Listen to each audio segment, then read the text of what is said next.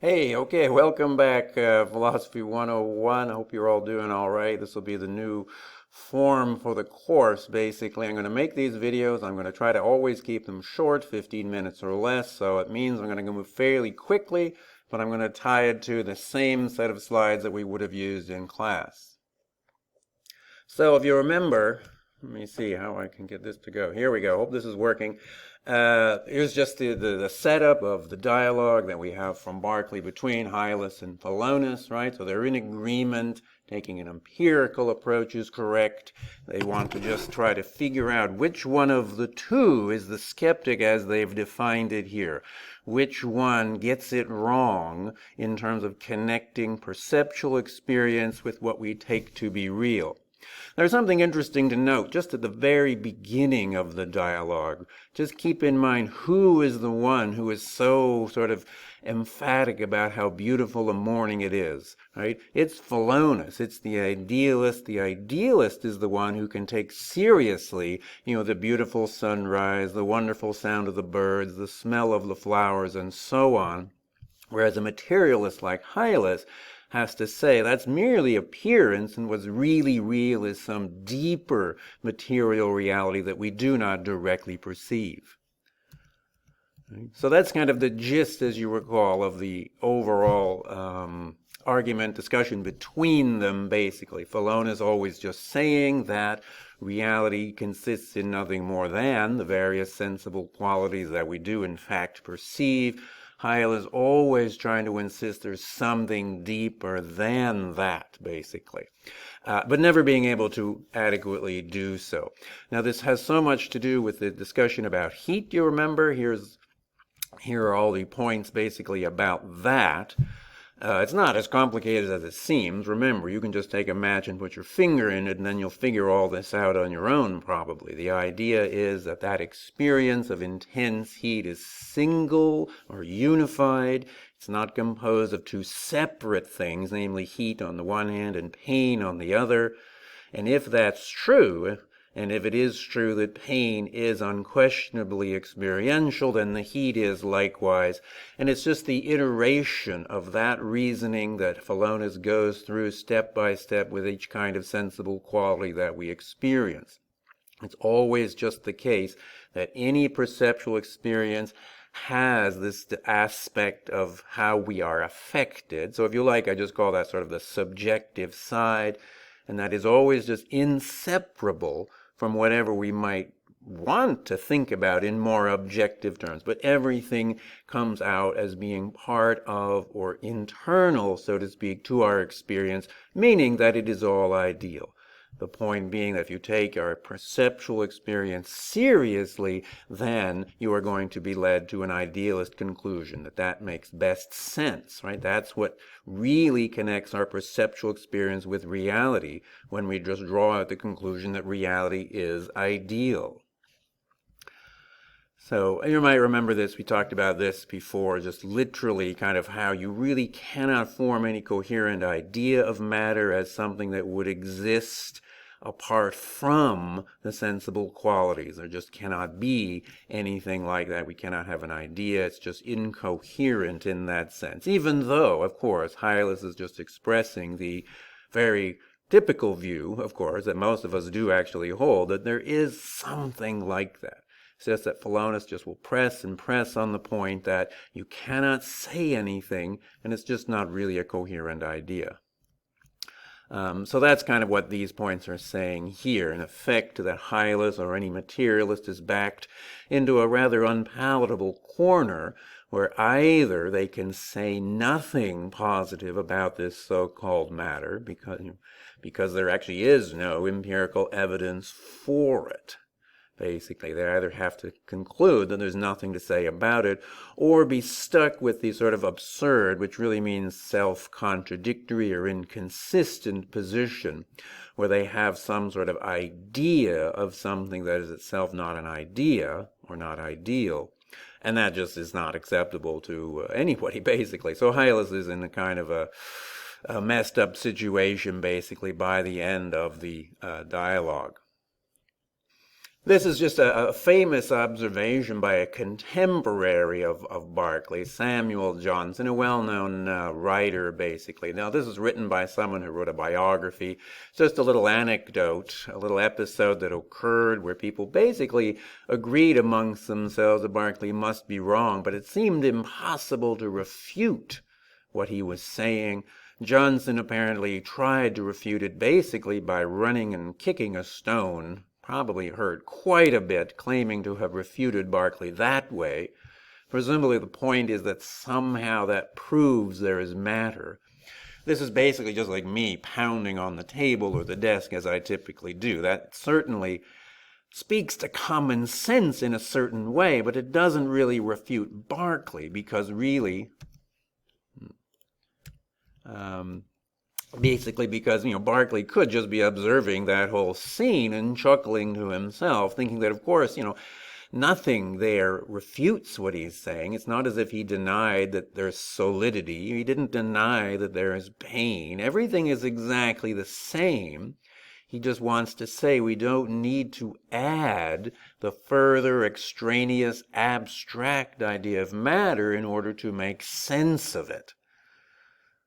So that can leave us in a frustrating position, kind of like Sam Johnson was in, where it just does seem like maybe that master argument is somehow undefeatable, basically, that it will always win over whatever we're supposed to say or do. Anyway, that's just something I have in mind. Here is another statement just from Vallone. It's very much similar to what we saw on the first day, basically just 2 points, and he puts them together. One is that side of common sense that speaks to the certainty that we have that things that we perceive are real, and even Sam Johnson would agree with that. Just noting that when we do take a little closer philosophical look at what our experience is, we can't help but draw the conclusion that it is ideal. And then you just put one and one together, and the conclusion is simply that what it means for something to be real is to be ideal. He thinks it's a very simple, very elegant theory. So the question, and this is basically what you were doing over the break, and you can still be working on this if you like, is just when we're thinking about idealism or materialism, right, one or the other is going to be more compelling. Perhaps they're both wrong, but anyways, you can think about it in this way. Which one makes better sense? If we're moving off from the problems of dualism, the problem of interaction, not thinking that basically mental and physical, we can't quite get them together. So one of them must be more fundamental than the other, able to account for the other. And then it's the question, well, which way? Which way? Are we going to try to think about thought or ideal reality in material terms, as, say, with Dolbach, or the other way around and think that the objects of our ordinary experience, which we had previously considered in material terms, is it actually easier to think about them as ideal, which is Berkeley's position here. You can think about this. This is, you know this famous thing, right? Whatever, a tree falls in the forest, no one is around to hear it. Does it make a sound? You know that kind of story. You may have a view about that. We can first quickly just think what Berkeley might say about that. Remember what he was talking about in terms of sound and motion, because most people think about that saying, well, the air probably moves. It would make a sound. But if we're thinking about sound as an auditory experience, basically, we can just wonder just what that is, and we don't have to get into the story about what causes it and so on. There may be a place for that, but ultimately Berkeley would probably prefer to decline the question and just say that it's badly posed, because he would just say there is no such thing as an unperceived tree. The question is just wrong from the beginning. You can't really make sense of an unperceived tree, right? To be is to be perceived after all.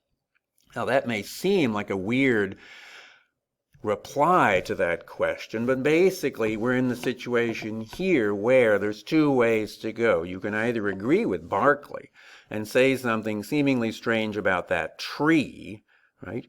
But what it does get you is that the tree that's right in front of you, or the table right in front of you, you can be certain, just because he's not separating experience from reality. So when we talk about, remember with Descartes and being a brain in a vat or something like that, It's easy to sometimes think that Berkeley's the one who's closest to that, but it's actually quite the opposite, right? It's actually, here's a whole bunch of text, right? It's actually materialism, right, that can never fully put to rest the worry that perhaps we are such a thing, an inverted brain, so to speak, right? Just because it's the materialist who will say of the unperceived tree that, yes, it makes a sound. Right? The idea here is, on the one hand, we're talking about a reality without experience, and that's the tree, goes hand in hand with talking about experience without corresponding reality. That's the brain in the vat. But the difference between those is exactly what Berkeley's trying to deny. There is no gap between those two things. Right? So Berkeley's focus on defeating skepticism once and for all, yes, it leads him to say something strange about a tree somewhere off in the forest with no one around, but he's not so worried about that. He thinks it's more important just to make sure that our certainty of the tree right there in front of us stands. So basically, we have the choice, in a sense, basically, right? Either, right, we can go with Dolbach and materialism and say what we think is the right answer with regard to the tree, but at the cost of having to admit or having to deal with the sort of perpetual worry of skepticism in the form of the inverted brain, so to speak, that we can never be absolutely sure about even the most seemingly self-evident perceptual experience, right? Or we've turned it around and do talk about what we see with Berkeley. Now, keep in mind, remember with Dolbach, there was the worry about freedom. It's possible here with Berkeley we can deal with that. We're not going to get into it actually here, but basically the idea is we're not fitting ourselves into our prior understanding of material objects. We're starting with our experience, and we're bringing those objects and thinking about them in our terms. So it's actually possible that there's still a place for freedom, even while dealing with science and talking about natural laws as applying to other things as well. So that may be another upside to Berkeley's view, basically. But it's always trying to hold the common sense certainty of our immediate perception that that is the solution to skepticism and the most important thing for any empirically minded person to do. So in terms of, trying to think what side you might lean more towards, there are various things you can have in mind. I just listed some things here, in terms of questions of knowledge, questions of freedom, as we just mentioned, or happiness, just trying to figure out if there's one part of common sense that you need to prioritize and the other part you need to basically sacrifice, which would be better. Right? Each of these figures, Dolbach and Berkeley, present certain views that go in different directions. Then you just got to kind of decide. Really, it comes down to thinking whether the question of skepticism really is as important as Berkeley thinks. That's basically, if you agreed with him on that, then you probably would go in the direction of idealism. You could think about this in terms of some sense of enlightenment, and that may be connected with what we usually think as a more contemporary idea of our connectedness with nature, basically, right? Kind of usually you think about that in an environmental sense. They both want that, right? It goes along with the sense of monism to see that kind of connection. But you could understand that in different ways, either fit ourselves into some idea of material nature that we've worked out already in effect, or go the other way and bring that all to us, so to speak, prioritizing the ideality of our experience. In the time that remains here, I got about a minute or so, I'm just going to add one further point, and about what? Well, of course, the coronavirus, basically. A difference between Dolbach and Berkeley here really has to do with Berkeley really just emphasizing, our own experience, basically, and things that go beyond that. Unperceived trees, for example, don't seem to count. Viruses are like that now, aren't they, right? We don't actually see them, yes, maybe under a microscope, but ordinarily in our daily lives, which are totally upended right now, we don't see the virus. And so there's always many people, doubting, basically, whether or not that is real or whether we need to do all of these things that we're being asked to do and so on. It's more the materialist, right? It's more the view that actually there is, sound made by a tree, even if no one is there. That makes a lot more sense, right? So you can remember with the Just real quick, you remember with the boxes and the alien, and the question is, when you're further back in the line, you basically say, does this pattern apply to me? Will this apply to me? It's very easy to think that your own lifestyle protects you from a virus, but quite possibly it doesn't, and that's what would matter here.